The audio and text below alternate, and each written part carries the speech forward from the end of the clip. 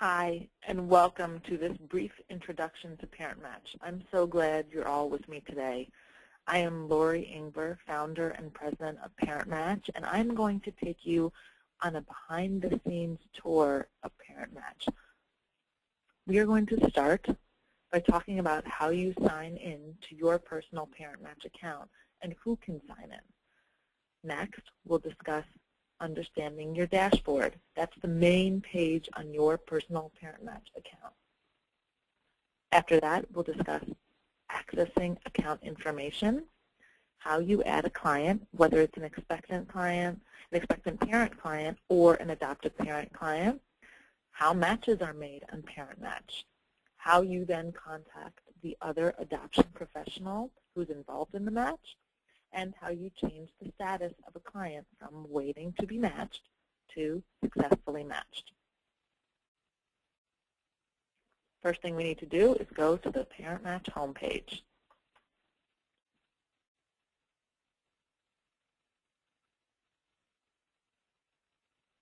And we're going to sign in. Only adoption professionals who are in good standing with their state and the Better Business Bureau are able to sign up for Parent Match.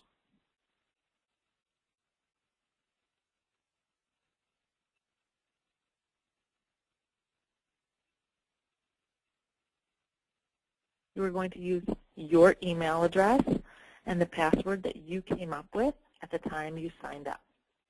Parents, it's really important to call your adoption professional and make sure they have a Parent Match account. If they don't, they aren't doing everything they can to help speed up your process and to make the match that you eventually get the perfect match for you. Here's the dashboard that I was talking about, and it's going to say welcome and your adoption agency name. This is a test site, so this isn't real information about anybody. We take confidentiality and privacy very seriously at Parent Match. Under the menu button is where you'll find your account information. That's where you'll be able to change your password, add users, change your email address, billing, any of those kind of things. But we're going to spend most of our time here on the dashboard. It's pretty easy to use. Up at the top, you see Match Summary. Any number next to this gold star means that you have potential matches waiting for your clients. That means that you need to do something on their behalf. Anytime there's a number next to the star, you need to take action. The clock means that you have matches pending. In this case, there are 6 matches that look like good matches. You've spoken with the other adoption professional, and they look like great matches still, but the paperwork hasn't been done or the baby hasn't been born, and they aren't completely finalized. Over here, check mark. That is how many successful matches you have made through Parent Match. Here's the Add a New Client button. We'll get to that in a minute. And down here, you will see a listing of all your clients. You can see expectant moms in one tab, adoptive families in another tab, all of your clients, including those that have been successfully matched, clients who you've taken out of the waiting for whatever reason, and both birth and adoptive families in the same listing. This also tells you who has new potential matches next to their name. And it'll also show you their randomly generated ID number. We'll get to that in a minute. But first, let's add a new client. It's as simple as clicking the Add a New Client button. This will bring you to this Add a New Client page. You can click here as the adoption professional to add an image of your client, whether it's an expectant mom, a child, or an adoptive parent. But you need to remember that these pictures are for your reference only. Nobody, including the matching agency, is going to see these pictures. So it's not necessary that you put a photo here if you don't want to. You are going to choose whether the parents are adoptive parents or birth parents. In this case, we're going to say they are adopted. And we're going to put in their names.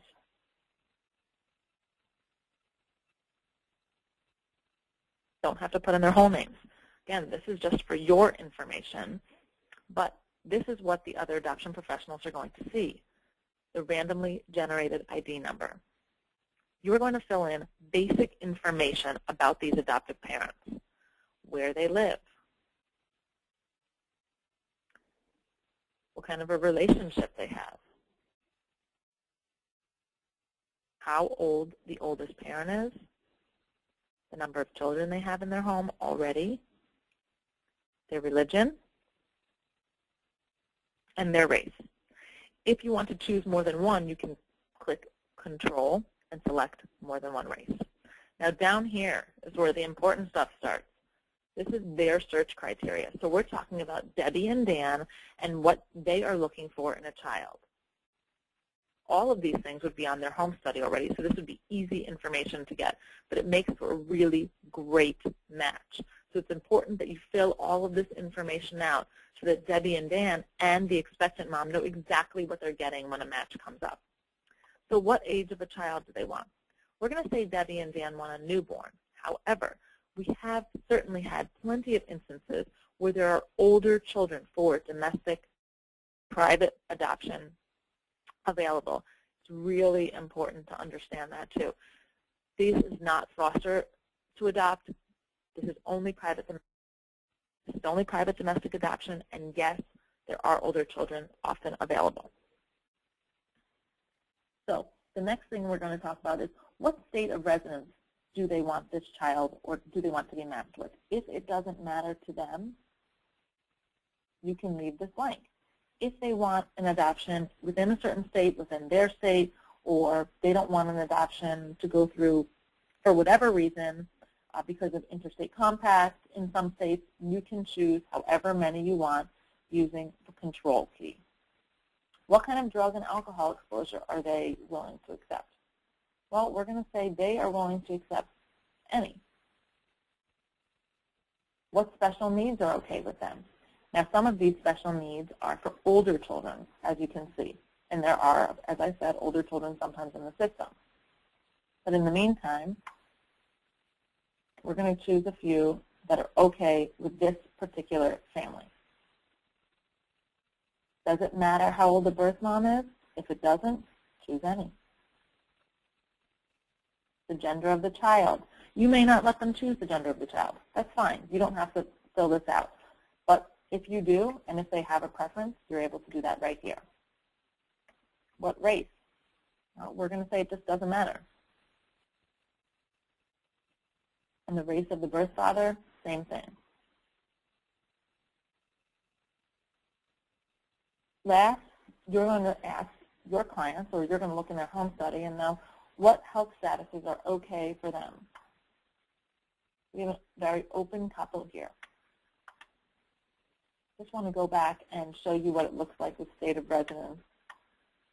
If, for instance, Nevada's ICPC is difficult to work with, and you, as an adoption professional, don't want to do that, you can then select everything but Nevada. Important to know.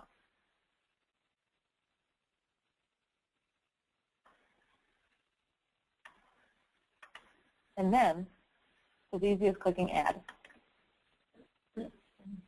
You've now successfully put Debbie and Dan in as adoptive parents into your parent match system. Now, you can see down here it says no client found.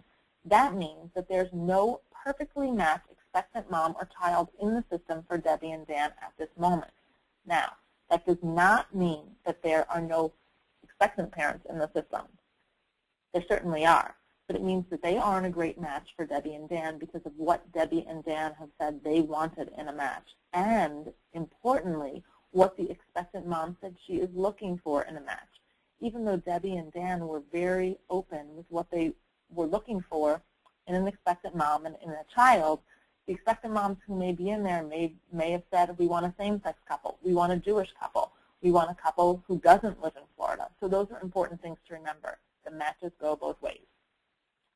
We are going to go back to the dashboard so I can show you. If you click Add a New Client, again, and want to put in an expectant parent, this is what it looks like.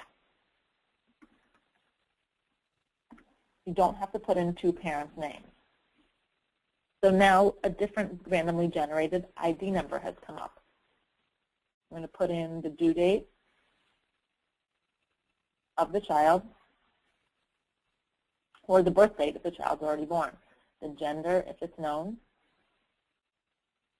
where she's living, how old she is, her race, the race of the birth father if it's known. Again, you can multi-select if they are multiracial, if there are any special needs that are known, and if she's used drugs, alcohol, or tobacco. Now again, at the bottom of the page is what this expectant mom wants in parents for her child. Does she care how old the parents are? If not, you can choose any. Does it matter to her which state they live in? What kind of a parent relationship does she want? Does religion matter? Does the race of the parents matter? If not, we can select them all. And does the number of children in the home matter? We're now going to click her and see we have 78 new potential matches for this mom, for Erica. What you are going to do at this point is start from the top and say, okay, adoption professional is baby adoption agency. These are the potential parents that I'm going to ask them about. You can use the contact information right there, phone or email information, and call and email that adoption professional and say, hey, I have an expectant mom. Her ID number is 700-89930, and I see she may be a great match for your adoptive parent, ID number 204-80375. And that's when you guys really get down to the nitty-gritty of, is this a great match? If you've spoken to them and you don't think it's a great match, you're going to scroll down and you're going to click the not likely match. So now instead of having 78 new potential matches, you have 77 new potential matches. You basically can go down the list, and eventually you'll find someone who looks great. You can put it in the pending column, and once all the paperwork's done and that baby is placed, you can change it to a successful match. Erica E., as it says here, will become inactive. She will not be able to be matched with anybody else through the system. Of course, you don't want this expectant mom matching with anybody else after she is successfully matched with the family. We're going to save that. And now we are back on the dashboard. That's as simple as this is.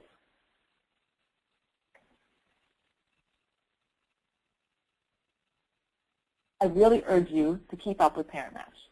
Follow us on Facebook or on Twitter. Our handle is @ParentMatch. We also have a monthly newsletter. You can go to our website, parentmatch.com, and sign up for the newsletter. There are also resources for adoption professionals and for parents right on the website, and I really encourage you to reach out to us at any time with any questions. You can email us at info@parentmatch.com or contact us through any of these steps. Thank you so much and have a great day.